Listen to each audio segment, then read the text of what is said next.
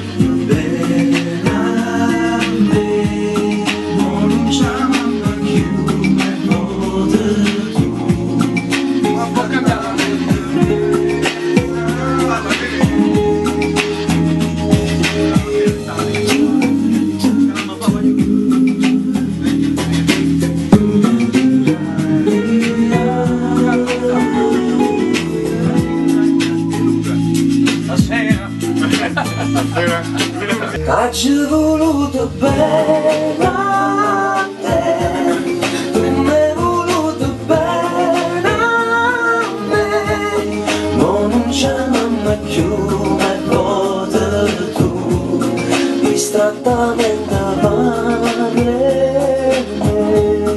L'ultima, solo l'ultima. Un po' Delle volte avanti, bisogna osare, se non si osa non si arriva da nessuna parte. Invece noi osiamo e chissà dove arriviamo, e chi lo sa. Te lo dico io, oh, non c'è mamma più, ma vota tu. Vai. Facciamo solo la parte bassa allora, Ok. Caro Luigi Libra, noi da quanti anni ci conosciamo? Eravamo piccolini, frequentavamo lo studio della GDS e adesso siamo diventati uomini, tu sei diventato addirittura papà.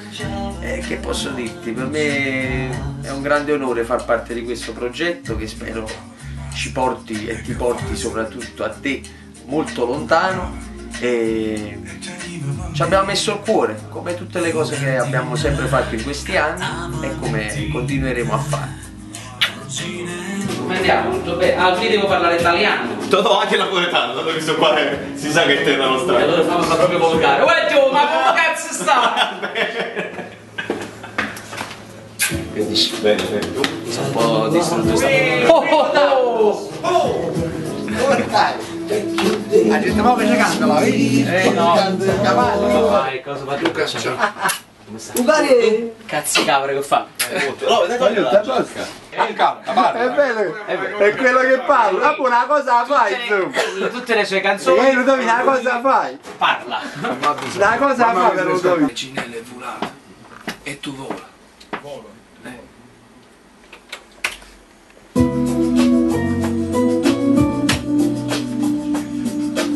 Ah, subito.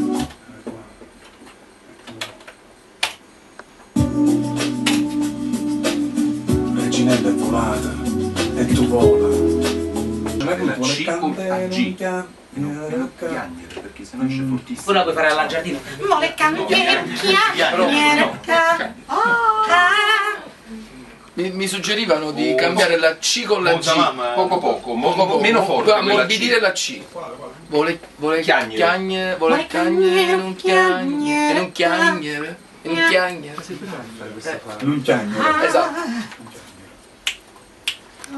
Ricordati di renderla un po' tutta staccata, così ci allacciamo un po' tutto quello che è stato fatto dietro. Oppure ti consiglio di farla un po' alla saldavici. Ho